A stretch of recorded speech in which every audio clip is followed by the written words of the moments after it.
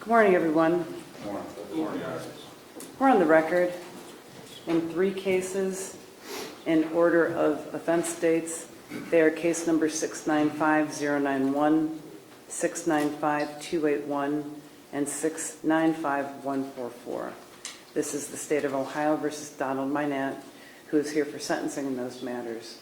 His attorney is with him, Brett Jordan.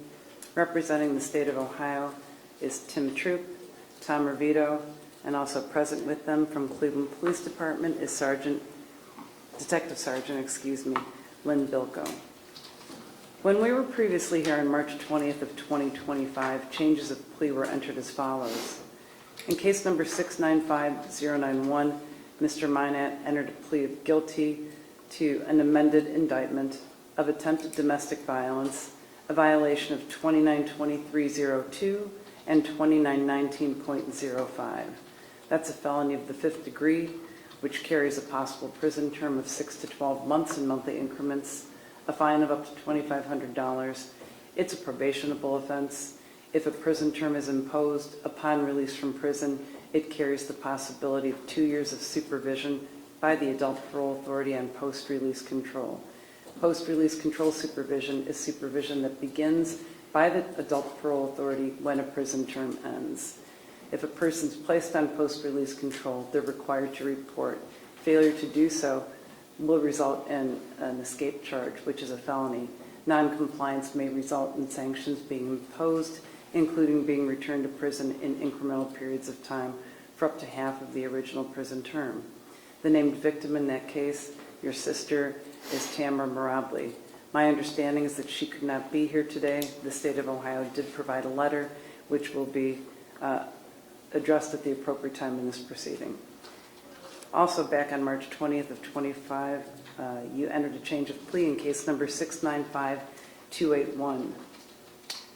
You changed your originally entered not guilty plea to a plea of guilty to failure to comply, a felony of the 3rd degree, a violation of 2921.331B.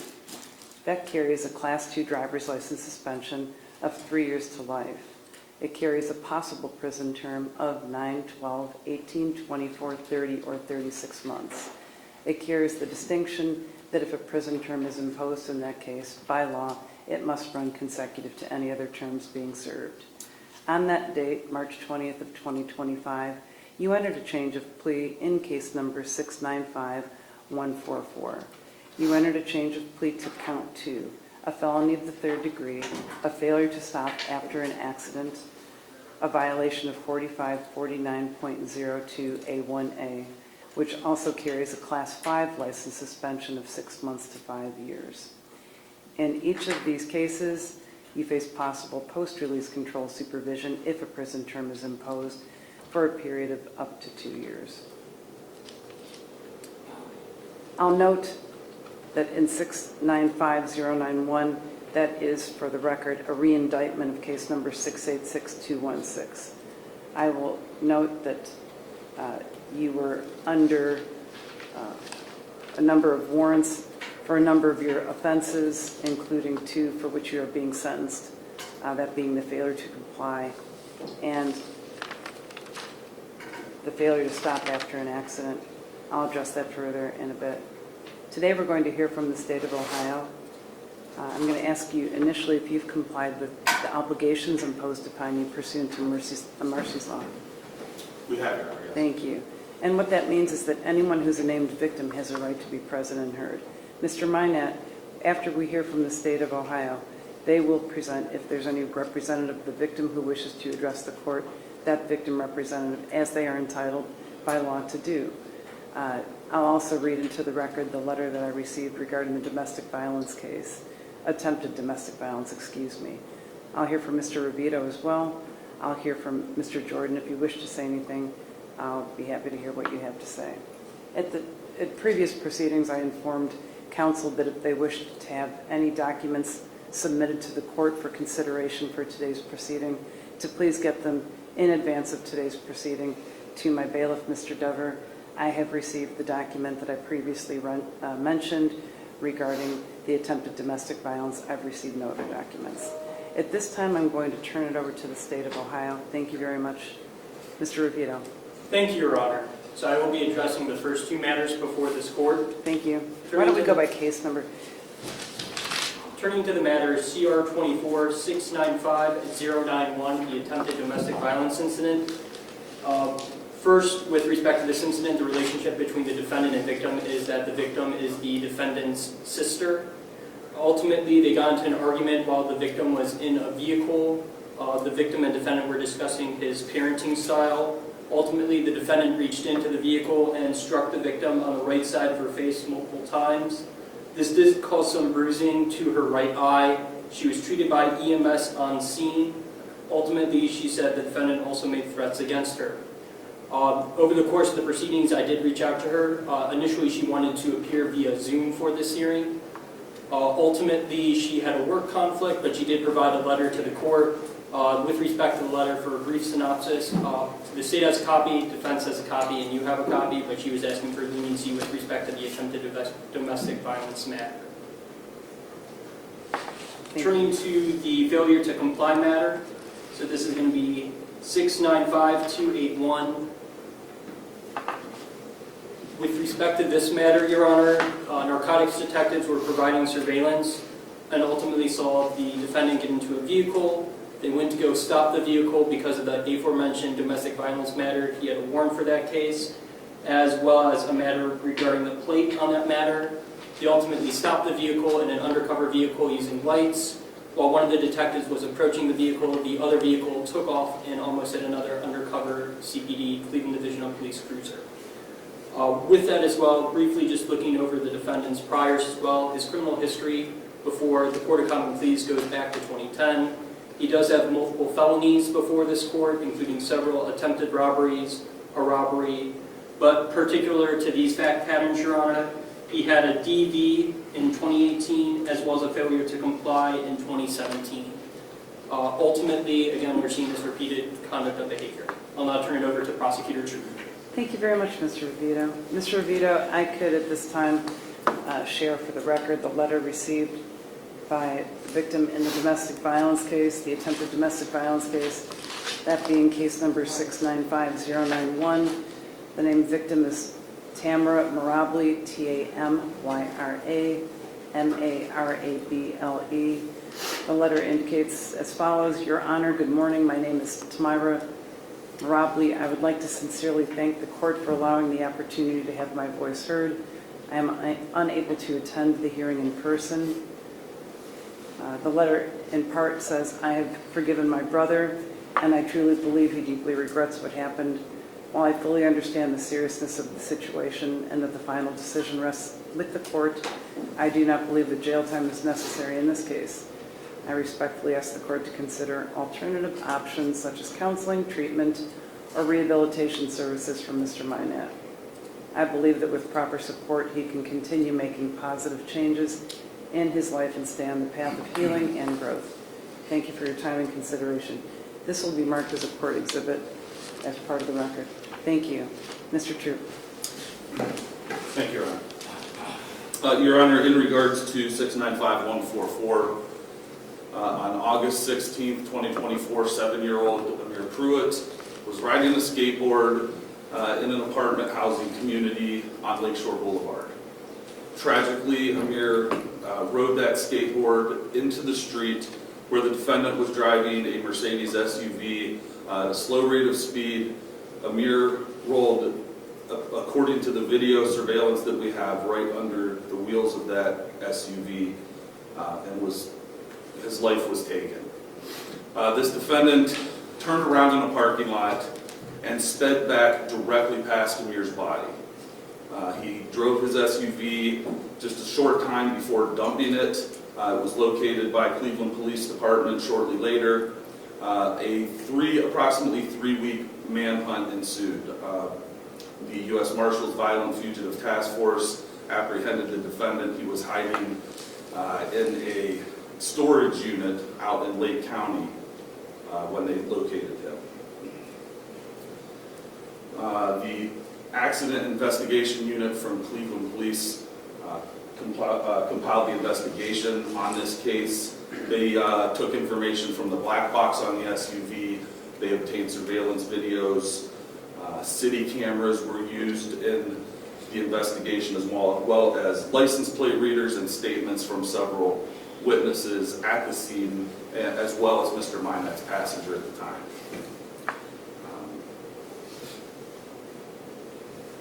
Amir's mother, Rayshonda Macklin, is present in the courtroom and would like to address the court. Thank you, Mr. Troop. Good morning.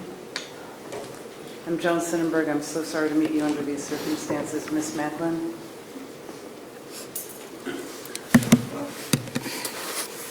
I could just read it. How you doing? Take your time.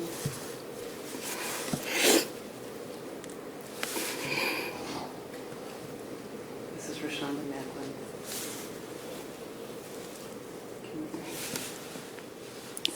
On August 16th, I feel like my life ended. When I got the call and my son had been hit and dragged and left in the street. You hit my son, you dragged him in as bystanders yelled and told you that you hit a kid and you just left him there like he didn't matter. He mattered to me, he mattered to his father, he mattered to his sister and so many others that are here today. The pain that I endure would never go away. Every day my daughter asks about or mentions her brother. How she miss him, how she want him to wake up from his sleep. I'm a very understanding person and I understand that accidents happen, but I'll never understand why you would feel like it was okay or ever justifiable to leave my 7-year-old son in the middle of the street, dying. You didn't even give him a chance to live to see if he would make it. You chose to keep going, and at that point, it was no longer an accident, but it was a choice. You chose to leave him there and fight for his life. Then to taunt me on Instagram, telling me that to leave you alone and that it wasn't you. You hit and you killed my baby, and you'll never know how much hurt and pain you caused. Not just to me or his family, but to so many kids who was out there and had to watch what you did to their friend. I can't close my eyes without seeing visions of my son like that, all bloody with his head open. I have images of my son that a mother should never see. Thanks to you, I don't feel like you deserve to take a chance because ultimately the decision will be left in the hands of the judge. I just hope she gives no leniency when sentencing. So very sorry for your loss. Thank you. Thank you for your time today and consider everything that you have to say. Thank you. My deepest condolences to you and your family. Thank you. I'm so sorry. Thank you.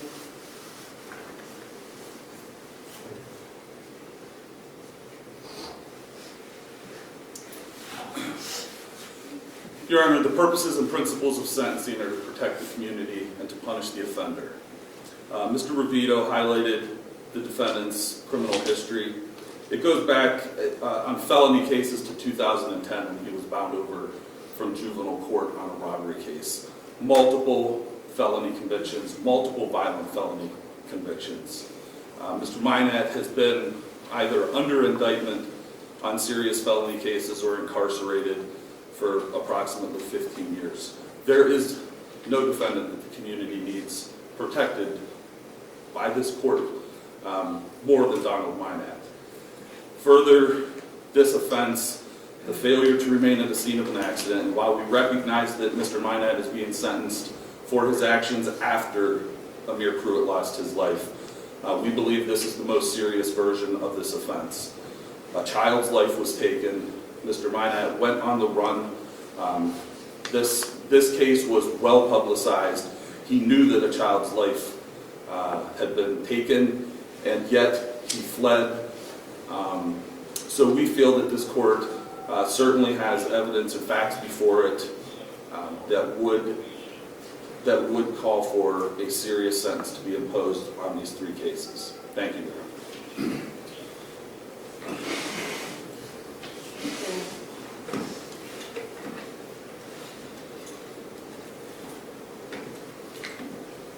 One more thing to add, if I may, Judge. Sure. I have confirmed with the detective in our databases the defendant did not have a valid driver's license at the time of this tragic crash.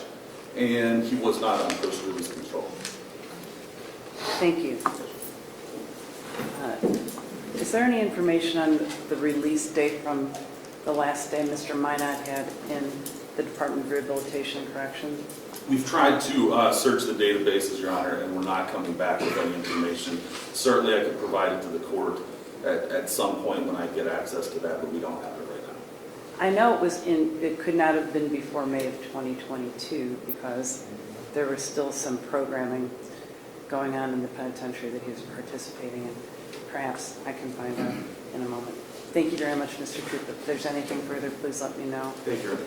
And we'll hear at this time from the defense, but I do want to thank Ms. Macklin once again for her time and offer deepest sympathies to you and yours. Mr. Jordan. Thank you very much, Your Honor. Your Honor, in answer to your question, is my understanding that my client was released at the end of May of 2022, and he was not placed on PRC. Your Honor, to address the cases that have been addressed in order that they have been already addressed, with regards to 695091, as you have seen and read from the victim in this matter, that she has acknowledged that he has deeply regretted his actions, and she understands that counseling and treatment would be very, very beneficial to Donald so that he can stay on a path of healing and growth. She has forgiven him, and she again acknowledges that he has remorse for his actions. Judge, with regards to 695281, the failure to comply case, Judge, I have seen the video with regards to this particular matter. He pulled off after being stopped, did make a left turn in front of another police vehicle. It was not a very close, almost striking the other vehicle. There was room. And Judge, what I'd like to point out from here is, as in most failure to comply, there's usually some kind of a chase to apprehend the person. In this particular matter, there was no chase. There was no indication of any high risk of high speed. There was no other indication of any other risk to the community after that. What we have here is he got away from the actual stop itself, and everything in essence stopped after that. Obviously he kept on going, but I would assert that there was no one chasing him. There was no need to be driving or putting anybody else in danger throughout the rest of it, as there was no chase. Judge, I would assert to the court that it's actually the least serious of this particular offense. As you know, we have many other cases where there's high-speed chases through neighborhoods, running up multiple stop signs, multiple traffic lights, in and out of traffic, on the other side of oncoming traffic. This was not that case here. Last, Your Honor, with regards to 695144, first of all, I'd like to express my condolence, my personal condolences to Amir's family and friends who are here in the courtroom. This was an incredibly tragic situation, and I am sorry that it happened, and I'm sorry that Amir is no longer with us. Judge, again, in this particular case, my client was operating the vehicle at about 5 miles an hour. Unfortunately, Amir was on a skateboard. My understanding was he was lying flat on it and rolled into the street. Afterwards, my client did turn around and came back towards where Amir was. He did not stop, and that was a bad choice on his part. However, At the time, Your Honor, there were multiple people outside, multiple people ran towards Amir to help him. I can't give you a count, but I would say it was some in the neighborhood of 10 people were out there and there on the scene. And I mention that, Judge, not as an excuse, not as anything but an explanation. At that time, he made the decision to continue on, knowing that other people were out there, and he was, quite frankly, afraid of what would happen to him had he stopped.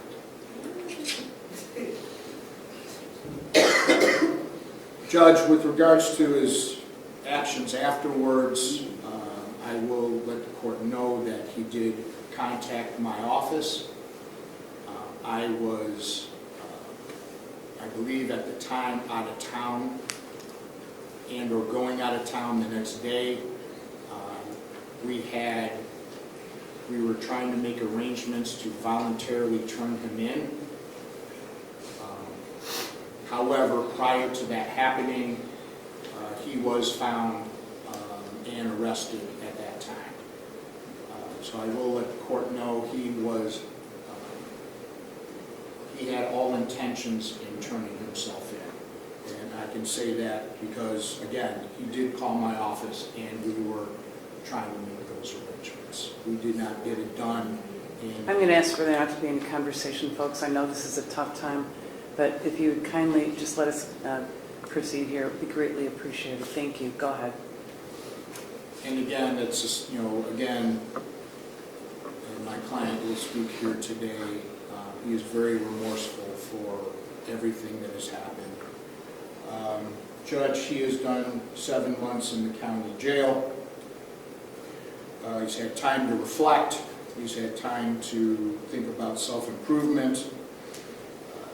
Your Honor, understanding that all of these offenses are probationable offenses.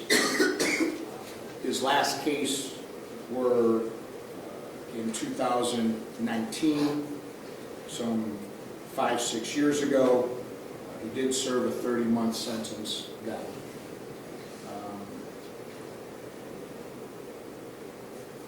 Judge, I would ask that the court would consider a community control sanction, as he has been very remorseful, as he has spent the last 7 months as punishment in the county jail. Should the court find that community control sanctions are not appropriate in this particular case, I would ask the court to impose a 9-month sentence on 695-281, which is the failure to comply. As I stated earlier, that I believe that this was the least serious of that type of offense. And with regards to 695-144, I would ask the court to only impose a 1-year sentence on that. Again, the crime itself, as the court is well aware, is that he did not stop after the accident. And we understand that that is a very serious crime in and of itself, but we ask that you would consider a 1-year sentence on that. Thank you. You're welcome. Thank you. Mr. Minot. I really don't want to say like too much. I just want to apologize to the family. Like I ain't mean for it to happen. So I'm going to ask you to direct your comments to the court. Mr. Minot, if you have something to say, please say it to the court. Okay, I just want to apologize to her because I didn't mean for that to happen. I didn't know what happened. Like when I turned around, like when it actually happened, I didn't know what happened. When I turned around, the passenger of my car, he told me, like, I think you just hit a little kid. So when he said that, as I'm turning around, I'm looking and seeing what's going on. And when I see a lot of people right there, I didn't know what to do. Like I was scared, so I just drove away. That's the crime. Yeah, and I know that, and I don't even want the court to even be lenient on me because I did something wrong when something happened to her family. Like I ain't mean for nothing to happen to her son. I didn't know that. I didn't know what was going on. When it happened, I didn't see the little boy. I seen the kids ride past my car. They went past my car. I slowed down for the kids to come. And they was on bikes and running past the car. I didn't see him. And I started driving and I hit him. I didn't know. So when I turned around, the passenger told me, like, man, I think you just hit a little kid. So I drove away. And when I drove away, I went and took the passenger where he wanted to go. I called Brett's office. I called Brett's office, but he wasn't available. And I talked to him Monday, and he told me he was on his way out of town, that he would handle it, that we would be turning ourselves in. So I was just waiting on that, because I knew I did something wrong, and I didn't know what to do after that. Like, I just didn't know what I was supposed to do. Like, after I already ran over a little kid, like, I didn't know what to do. Like, I got kids of my own, so I didn't know what was going on. Like, I didn't know what to do. Like, it done been times I done been in here, and I done had dreams about me doing that. Like, so it's like I don't know what's going on with myself. Like, I don't even know how I'm gonna be able to like continue with life, knowing that I did something like that. Like, I had to tell my children that I did something like this. Like I disappointed everybody that I know by doing this though. So it's like I'm not asking the court to do anything special for me. Like, I just wanted the court to let me apologize for what I did, because I really didn't mean to do that. Like, it was an accident. Like, but I understand. I didn't even know that it was against the law to keep going. I didn't. Like, I really didn't know that. But now I do, but I didn't know what to do. What about humanity? Like, I feel like... What about the laws of humanity? I feel like... You're a father of, last I knew, as of 2019, 5 kids. Mhm.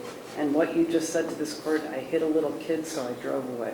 I was scared. I ain't gonna lie, Your Honor. I understand that. It's I about... thought people was gonna do something to me because I know if somebody would hit my little kid, I would have tried to do something to them right then and there. I wouldn't have been like, oh yeah, let's call the police. I would have tried to do something to them. So that's what I thought was going on. And I'm not gonna lie. Like, I felt like if I would have stayed right there, I wouldn't be right here in front of the court right now. You may be seated unless you have anything else to say. No, nothing further. I thank you kindly.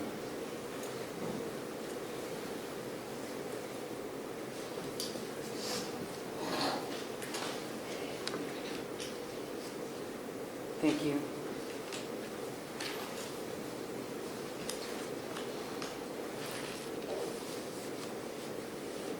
In any felony sentencing, there are purposes and principles that are statutorily directed, which is to punish, to protect the public from future crime by the offender, and to promote effective rehabilitation, if that can be done reasonably. In determining how to achieve those goals, the court is required to consider the category of recidivism and the category of seriousness. Recidivism means the likelihood of someone offending in the future. To achieve a determination of whether you are likely or unlikely to reoffend, there's statutory guidance given to a court. I've considered those factors, and what indicates that you have a very high likelihood of reoffending is your criminal past, as well as your adjustment to any kind of penalty, your history of disregard for others, your history of non-appearance in court, non-compliance on sanctions, and fleeing from any sort of justice. I did review a pre-sentence report that was prepared at the direction of another judge formerly of this court when you were sentenced for the last time that you went to prison, which was on 5 separate felony cases. Those cases included case number 622007, which was a felony possession of drugs and attempted conveyance of drugs, 623559, which was a failure to comply with the order or signal of a police officer, a felony of the 3rd degree, and a felony of the 4th degree of receiving stolen property of a motor vehicle that had been stolen at gunpoint in Cleveland Heights. Case number 623956 was a domestic violence, a felony of the 4th degree, also aggravated menacing. You ultimately served time on all these cases, but I'll note that the domestic violence carried a mandatory sentence because the victim, who was your girlfriend, was pregnant, and the law requires a mandatory term. In case number 626442, you pled guilty to attempted robbery as amended for a robbery that, according to the pre-sentence report, included firearms of a barbershop. In case number 632515, you pled guilty to a felony of the third degree of having a weapon while under a disability. Also possessing crack, you had an active felony warrant at the time. According to this pre-sentence report covering those 5 cases, the date of preparation was July 18th of 2019. At that time, you were well known to law enforcement, including Cleveland Police Department, the Ohio Department of Public Safety, and Euclid. You were known to be a member of the Lakeshore Boys Gang or Lakeshore 6 Boys Gang. You were known to flee apprehension by law enforcement as a historical note in the pre-sentence report. As of July 18th of 2019, you were the father of 5, who today would be ranging in age from 6 to 18. That further revealed that you were shot in 2012. At the time of the preparation of this report, there were outstanding warrants for you out of Wycliffe for drug offenses. You have multiple driving license suspensions, and I'll note that at the time of the offense involving Amir, you didn't have a driver's license. Your driving privileges have been suspended at least 25 times as of the date of the 2019 pre-sentence investigation. You indicated in that report being a heavy alcohol user from the age of 15, a heavy pot user, referring to daily for each of these, from a younger age than that, I believe 12. As of the age of 15, a daily ecstasy user. As of the age of 20, a daily K2 user. As of the age of 23, a daily opiate user. And as of the age of 25, a heroin and crack user daily. Are you now 33 years old? I heard the state say your record goes back to, I believe your record goes back 20 years. I'll get to that in a moment. So this indicates a history, and as referred to earlier by the state, a history that includes similar charges to what you are being sentenced for today. Back to the recidivism issue. Having a criminal history is a likelihood of reoffending. Having an adult or juvenile criminal history so indicates. Not complying on probation is another indicator. Having a substance use issue that is unaddressed is another issue. Expressing remorse is to be considered when it comes to recidivism. I heard you say you didn't know what you were doing. You knew you left. That's the crime here. And you made it very clear. You left because of fear of repercussions and consequences by law enforcement or a court system. I did consider your criminal history, and it is extensive. I'm going to place it on the record because it is a factor I must consider in determining whether you are likely or unlikely to reoffend. At the age of 13, 2004, you were found delinquent of grand theft of a motor vehicle. Attempted grand theft of a motor vehicle. You were placed on community control. That was December of 2004. May of 2007, you were adjudicated delinquent of attempted receiving stolen property. August of 2007, you were placed on probation in juvenile court for attempted possession of criminal tools and criminal damaging, violated that supervision twice. You were found delinquent of aggravated rioting in 2007, December 2007. March of 2008 in juvenile court, there was a matter that was bound over that was felonious assault and robbery. In juvenile court in 2008, you were adjudicated delinquent of drug possession. In 2009, in juvenile court, you were adjudicated delinquent of robbery. There was a suspended Ohio Department of Youth Services commitment. You were placed on probation. You violated at least one time. You appeared in court over the period of about 1.5 years on that matter. You were adjudicated delinquent of theft in 2009 in juvenile court.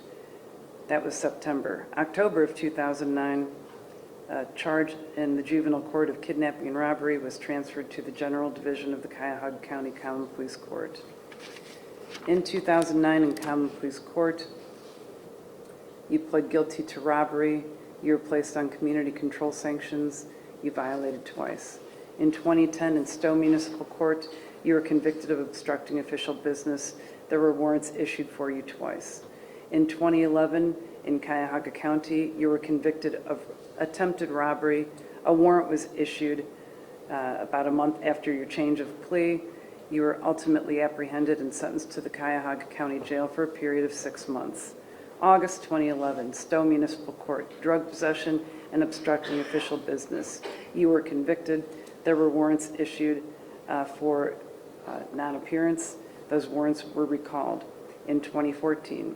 In November of 2012, you pled guilty to attempted robbery. You received 17 months at Lorraine Correctional.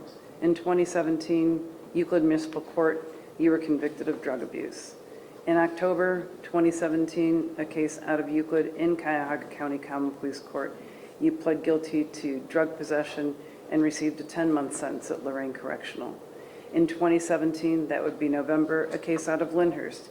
You pled guilty to failure to comply with the order or signal of a police officer, a crime you're here for today, and received a 15-month period of incarceration at Lorraine Correctional.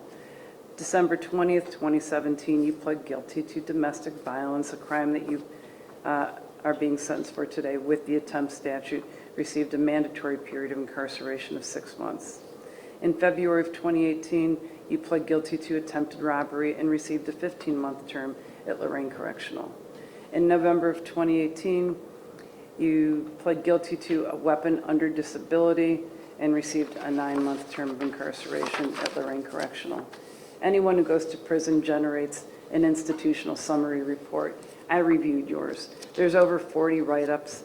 Many of them are just for refusing to do what you're expected to do, ordered to do, signed up to do, as well as bringing contraband in, organizing for contraband to get brought in, that being drugs, through balloons and other means. When there were shakedowns of your cell, there was contraband found.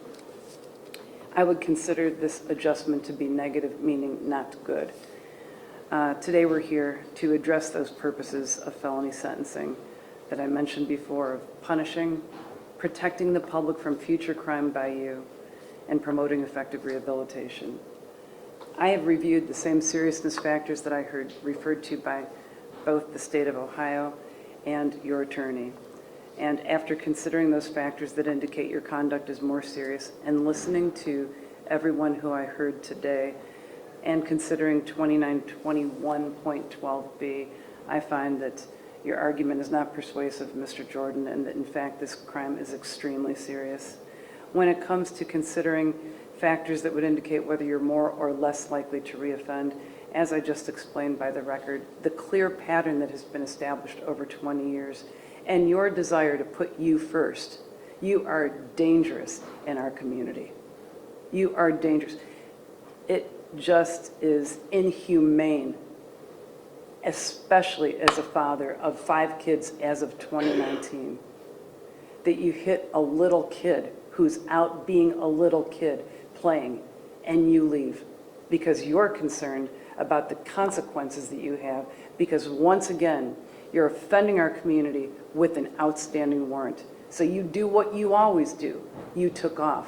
And then you continue to do that as law enforcement looked for you and found you cowering in a storage unit.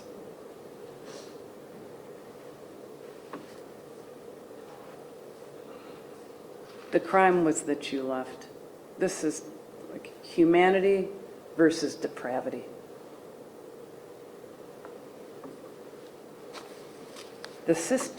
Your sister who wrote the letter believes that with proper support you can continue making positive changes in life and stay on the path of healing and growth. I haven't seen those changes, and I haven't seen anything to indicate that path. Those are the findings with respect to recidivism, with respect to seriousness. If you wanted to turn yourself in, you know how you can do it? Go to a police station.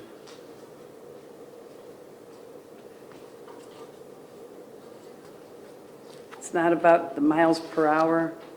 By the way, driving once again without a license, no respect for even taking to the roadways. For years. This is not about what Amir was doing. This is about that you left, which is what you do, your fear of consequences.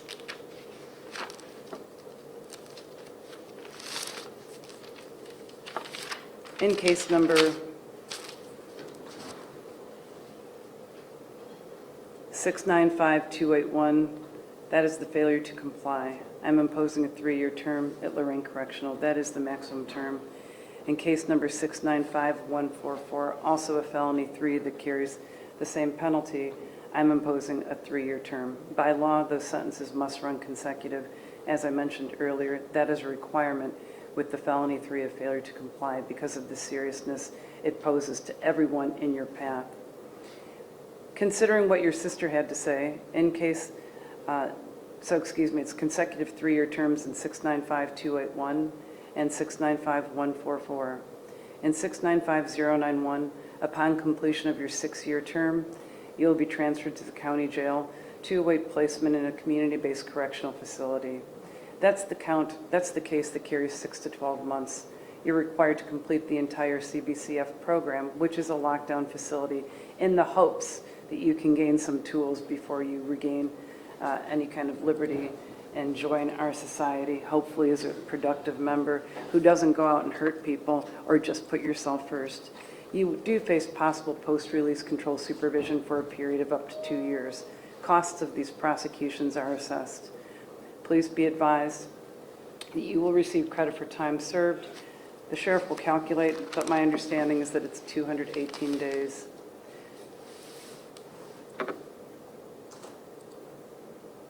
Your license is suspended in case number 695281 for life. In 695144, it is suspended for 5 years. Is there anything further on behalf of the state of Ohio? May I see council sidebar briefly? Thank you.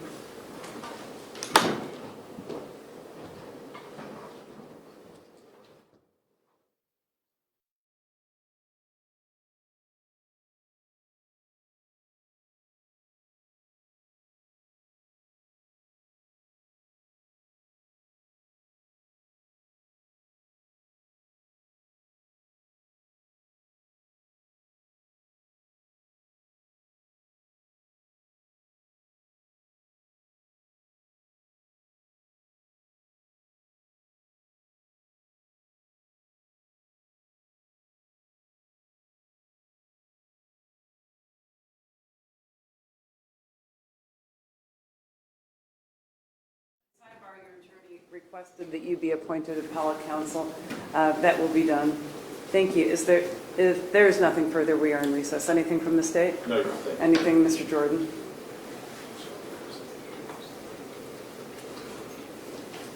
Your attorney also requested that you be found indigent and the cost be suspended. I'll permit you to perform community work service in the penitentiary to satisfy costs.